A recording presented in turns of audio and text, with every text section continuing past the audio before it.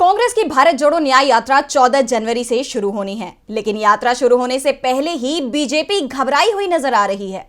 कांग्रेस ने यात्रा की पुरजोर तैयारी शुरू कर दी है। न्याय योद्धा बनाने की घोषणा से लेकर हेल्पलाइन नंबर तक जारी कर दिया है। तो दूसरी ओर बीजेपी सरकारी यात्रा में कोई ना कोई अड़ंगा लगाने में कोशिश में जुटी हुई है। पहले मणिपुर सरकार ने यात्रा शुरू करने को लेकर आंशिक अनुमति दी, तो वहीं अब असम सरकार ने पहले अनुमति दी और अब वापस ले ली।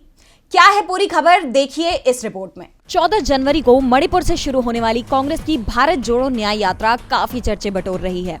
कांग्रेस ही नहीं, पूरा इंडिया गठबंधन राहुल गांधी की न्याय यात्रा से बहुत उम्मीदें पाले बैठा है। कांग्रेस नेता इस यात्रा की सफलता के लिए पूरी ताकत लगा रहे हैं, तो बीजेपी ने भी इसके खिलाफ साजिशें रचनी शुरू कर दी है। पहले मणिपुर की बीजेपी सरकार ने तय स्थान से यात्रा शुरू करने की इजाजत नहीं दी, बाद में इजाजत दी तो कई शर्तें लगा दी। पहली शर्त तो ये थी कि ज्यादा लोग के साथ यात्रा शुरू नहीं की जाएगी। इसके पीछे सुरक्षा का हवाला दिया गया, जिसके बाद कांग्रेस को यात्रा शुरू करने का स्थान बदलना पड़ा। यात्रा मणिपुर से ही शुरू होगी, लेकिन अब ये खोंगजोम के थौबल से होगी।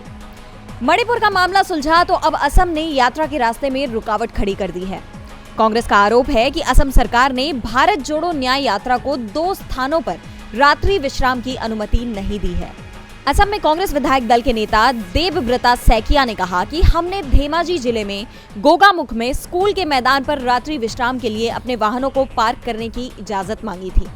पहले हमें इसकी इजाजत दे दी गई थी, लेकिन अब हमें कहा गया है कि मंजूरी को वापस लिया जा रहा है।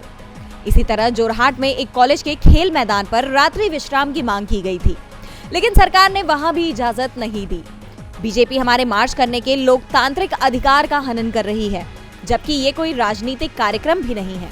आपको बता दें, ये यात्रा कुल 15 राज्यों से होकर 110 जिलों, 100 लोकसभा सीटों और 337 विधानसभा सीटों को कवर करेगी। डीबी लाइव की रिपोर्ट।